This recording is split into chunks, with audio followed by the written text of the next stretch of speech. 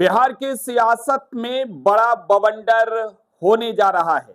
बिहार में सरकार जो इस वक्त एनडीए की चल रही है, ये सरकार किसी भी वक्त धड़ाम से गिर सकती है और खेलार आप कह सकते हैं कि सूबे की सियासत में शुरू हो चुका है। एक और बिहार के मुख्यमंत्री नीतीश कुमार अब यात्रा पर निकलने वाले हैं, तो दूसरी ओर अब ये चर्चा है कि नीतीश कुमार एनडीए खेमे से आउट भी होने जा रहे हैं। नीतीश कुमार की पार्टी जेडीयू किसी भी वक्त इस बात का औपचारिक ऐलान कर सकती है और इसके पीछे की वजह इस रिपोर्ट में आपको बताएंगे। ये सियासी बवंडर बिहार विधानसभा चुनाव 2025 से पहले बिहार में होने जा रहा है और यकीनन सूबे की ये सियासी सरगर्मी देश की सियासी माहौल को भी हिलाकर रख देगी। मुख्यमंत्री नीतीश कुमार की तबीयत नासाज है, इस बात की चर्चा हर ओर है, लेकिन असल में मुख्यमंत्री नीतीश कुमार मुख्यमंत्री आवास में बैठकर कौन सी रणनीति तैयार कर रहे हैं, इस बात को लेकर हरियाणा में, दिल्ली में भाजपा नेताओं के बीच मंथन चल रहा है।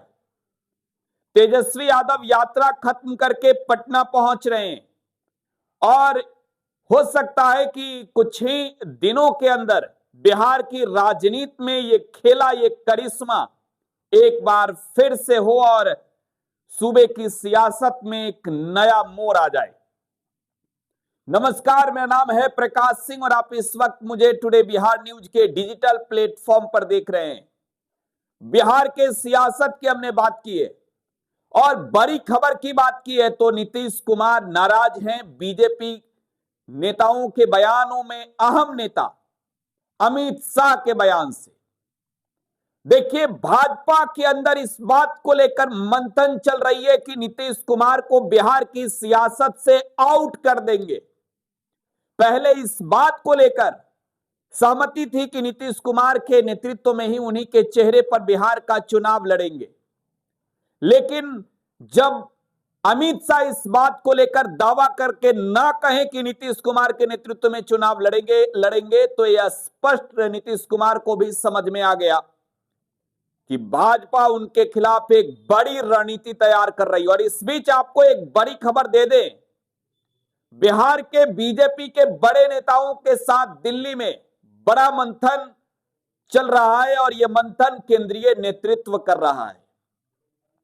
जाहिर सी बात है, महाराष्ट्र के चुनावी नतीजों ने तो नीतीश कुमार को चौंकाया ही, नीतीश कुमार को हिलाया ही, लेकिन अमित शाह के बयान ने, जिस बयान में अमित शाह ने यह कहा कि वो बता नहीं सकते, ये इंटरनल बातें, गठबंधन टूट नहीं सकता, लेकिन जब वो ये दावा करके कह रहे हैं कि ये गठबंधन अटूट है और इस बात को लेकर दावा नहीं कर रहे हैं कि नीतीश कुमार के चेहरे पर चुनाव लड़ेंगे, बिहार में नीतीश कुमार को फिर से मुख्यमंत्री बनाएंगे, तो ये बातें नीतीश कुमार को समझ में आ गई है कि भाजपा की रणनीति, भाजपा की प्लानिंग बड़ी है।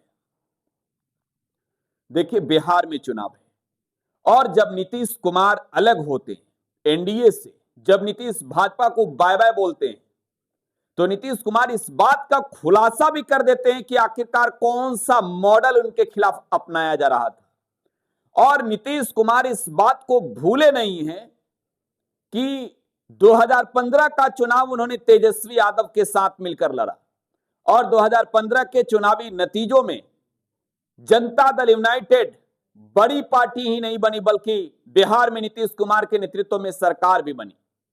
नीतीश इस बात को समझते हैं कि किस गठबंधन में अब रहकर उनकी पार्टी, जिस पार्टी के वो राष्ट्रीय अध्यक्ष हैं, जनता दल यूनाइटेड की मैं बात कर रहा हूं, वो कुनबा मजबूत होगा, ताकतवर होगा। और एनडीए के साथ नीतीश कुमार इस बात को लेकर असहज हैं कि पहले ऐलान करी जाए कि वो नीतीश कुमार के नेतृत्व में ही नहीं चुनाव लड़ेंगे, बल्कि बिहार में अगर नतीजे चाहे जो भी क्यों ना हो, नीतीश कुमार को ही बिहार का अगला मुख्यमंत्री फिर से बनाएंगे अगर एनडीए जीतती है तो। देखिए, महाराष्ट्र में क्या हुआ।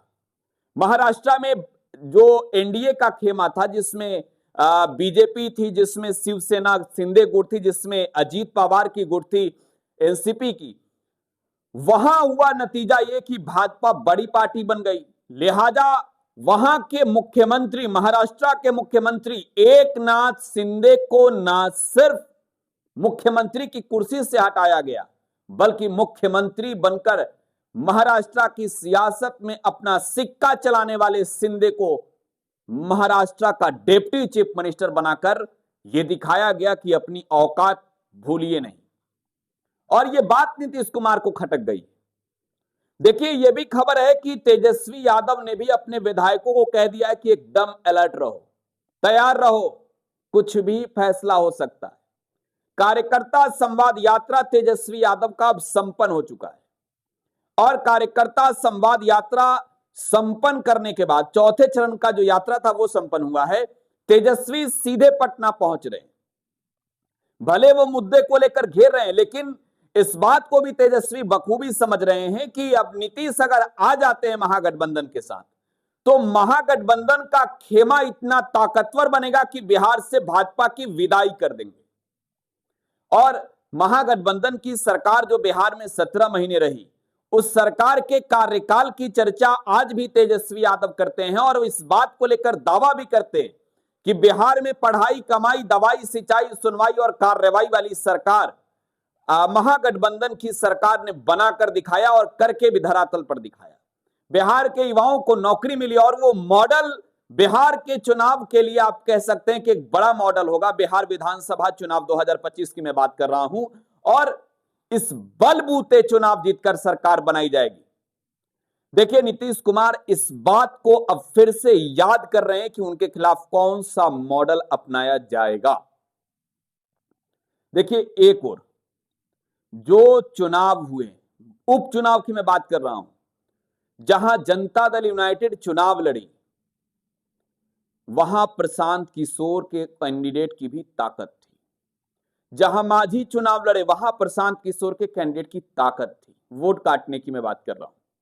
लेकिन जहां भाजपा चुनाव लड़ी, वहां कमजोर कैंडिडेट पीके ने उतारे। तो क्या नीतीश कुमार इस बात को समझ रहे हैं कि पिछले बिहार विधानसभा चुनाव 2020 में जो चिराग मॉडल अपनाया गया था, जिसने नीतीश कुमार की पार्टी को 80 से सिमटकर 43 पर ला दिया, फिर से वो उस तरीके का मॉडल एनडीए के खेमे में तैयार की जा रही है। देखिए, भाजपा ने भी क्लियर कर रखा है कि अगर आप बराबर की सीटों पर चुनाव लड़ेंगे मंजूर है, लेकिन अगर आपकी जीत कम होती है तो मुख्यमंत्री जो है वो भाजपा का होगा। देखिए, दिल्ली से जो सूत्रों के हवाले से खबर आई है, बीजेपी की बैठक हरियाणा में हो रही है। हरियाणा में भाजपा की सरकार है और इस बैठक में बिहार के डिप्टी सीएम भी मौजूद हैं, बीजेपी के अध्यक्ष भी मौजूद हैं और एक बड़ी प्लानिंग, एक बड़ी रणनीति भाजपा बिहार चुनाव को लेकर तैयार कर रही है। भाजपा भी इस बात को जानती है कि बिहार के चुनाव को जीतने के लिए नीतीश जरूरी है, लेकिन भाजपा ये भी तैयारी में है कि अगर नीतीश इधर उधर खटके तो हम बाजी पलट देंगे। और ये बाजी कैसे पलटेंगे, यहां अपना चेहरा घोषित करेंगे। लेकिन किसे, कौन बनेगा चेहरा, किसे मैदान में मुख्यमंत्री का चेहरा बनाकर उतारेंगे, किसके नाम पर वोट आ सकता है, इस बात को लेकर मंथन जो है वो बीजेपी के खेमे में चल रही है। और देश की सियासत में आप इस वक्त कह सकते हैं कि अटकलों का बाजार नीतीश कुमार को लेकर गर्म है, क्योंकि नीतीश किसी भी वक्त बाजी पलट सकते हैं। बिहार की राजनीति में एक और बात कही जाती है कि अगर नीतीश कुमार मौन है तो अंदर ही अंदर बहुत कुछ प्लान कर रहे हैं। अगर नीतीश कुमार बीमार हैं तो ठीक है, जाहिर सी बात है कि स्वास्थ्य किसी की भी खराब हो सकती है, लेकिन बिजनेस को लेकर जो एक बड़ा मीटिंग था, वो मीटिंग नीतीश कुमार ने अटेंड नहीं किया। इस पर भी सवाल उठे कि नीतीश कुमार के मन में आखिर चल क्या रहा है। और ये जानने वाले 2-3 लोग हैं जो नीतीश कुमार के बेहद करीबी लोग माने जाते हैं। पिछली दफे जब सरकार बदली तो बहुत कम लोग जानते थे कि नीतीश कुमार पाला बदल रहे हैं। ये जेडीयू खेमे की मैं बात कर रहा हूं, आरजेडी की तो बात छोड़िए।